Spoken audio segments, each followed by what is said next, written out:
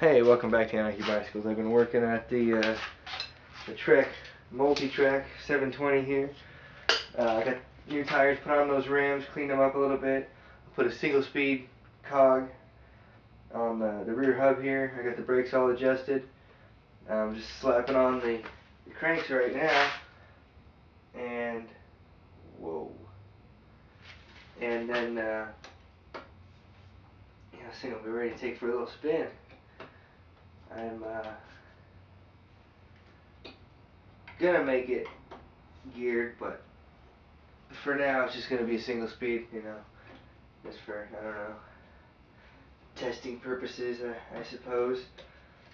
I want to check it out. I haven't really had a lot of time on one of these big bikes before, so this will be interesting. Should be cool. I'm looking forward to trying it out. Just slapping on the cranks here. These cranks came off of a Specialized Hard Rock that I picked up also today in my trade. I traded a 1973 Schwinn Continental for this bike and a 2000 Specialized Hard Rock. Just getting this all tightened up. I can take it for a test ride. I haven't ridden this thing at all. Didn't ride it before because the tires were decrepit and falling apart. Now that it's together, the brakes are all adjusted. Can't wait to take it for a spin. Just gotta tighten these crank arms up and slap some platform pedals on there. Good to go. Just gotta get these arms all tightened up. I'm gonna have to adjust my rear gear because the alignment is way off. Alright. I don't know if I'd call it off so much as it's just not gonna work. Oh. Now for the pedals, I know what I'm going to use. I have these Ascent pedals lying around. They were on 26 seconds, so just throw them on this bike. They'll be fine on here. Yeah, gotta take the bottle cap out of there. They work as a good opener too. I think I showed you guys that when I opened it on the bike. Just being weird. Slap these on here. Come on.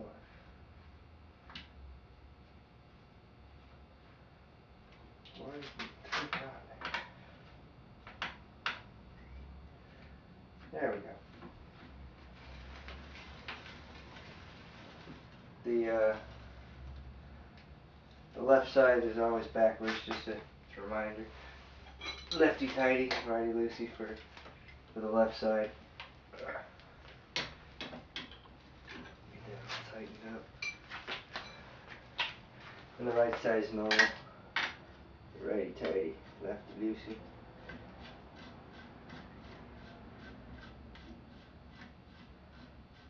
I might even ride this thing to work tomorrow.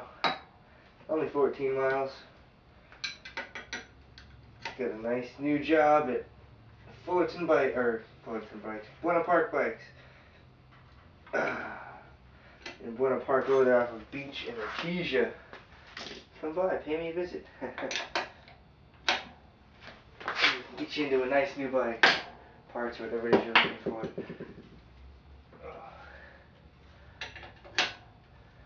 Oh, I like to give my pedals a nice little smack. Make sure they're on there nice and tight. That's the last thing you want to get loose, especially when you're clipped in. You don't want to have the pedal come off on you while you're jamming along. Alright. It's almost ready to ride. I got to adjust the rear cog here.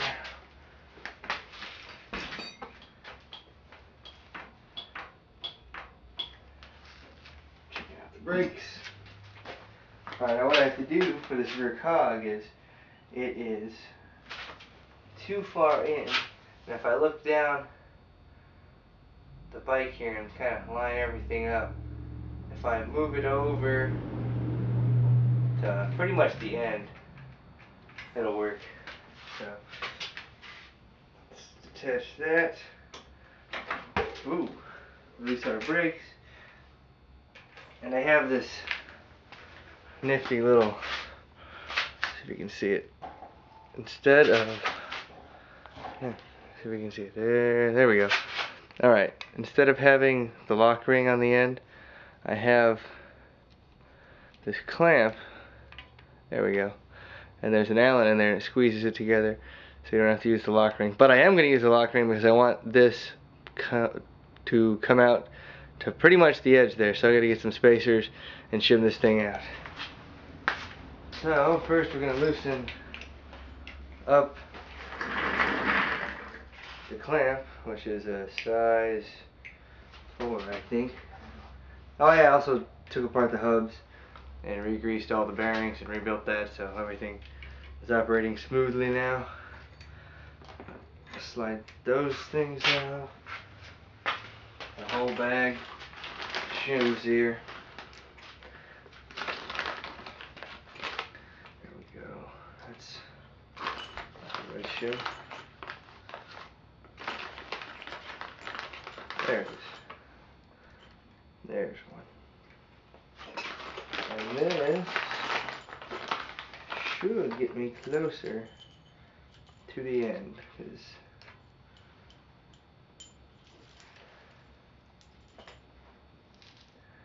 this thing needs to be like right at the end there.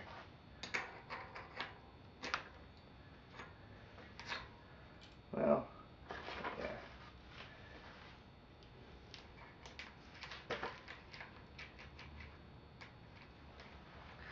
So get your spacers set up so you can push that gear all the way to the end.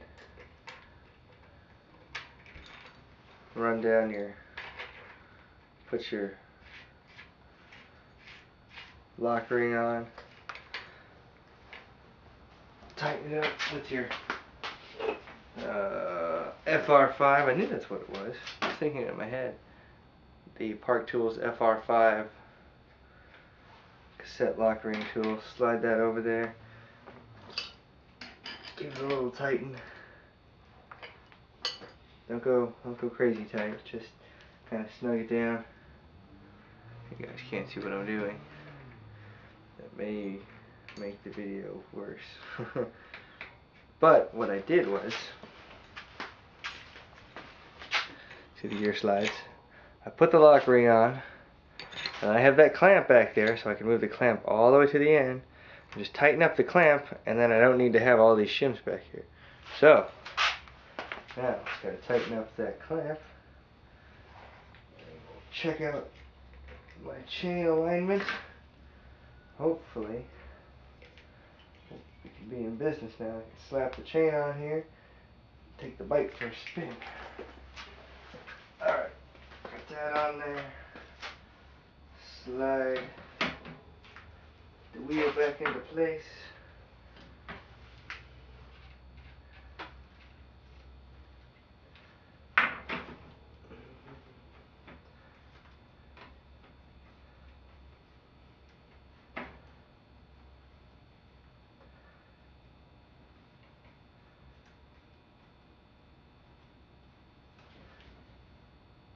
There we go. Wheels in place, we put the brake in place. Grab your chain. I'm using a SRAM chain. This is a chain that I used on my old mountain bike, and it busted a couple times, so it gradually got shorter and shorter until to the length you see today. So I think I might be able to run it with my well, let's take a look here. You know what? I think we might use it because I don't have another chain.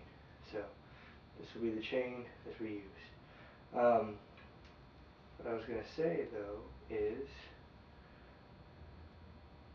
yep, use the strand power link on here. Is you want to give yourself more than you think you need, just in case, because you might want to change the gearing around down the road. It's not a bad idea to have a tensioner. In this case, like I said, I don't know exactly what the final destination is for this bike. I'm thinking I want to make some sort of entry-level cyclocross bike out of it, but for now it's going to be a single-speed cyclocross S29er. I don't know. But once it's done, I'll cruise it around and then I'll give you guys a little review. So this, I don't know if it concludes the build. I'll get back to you.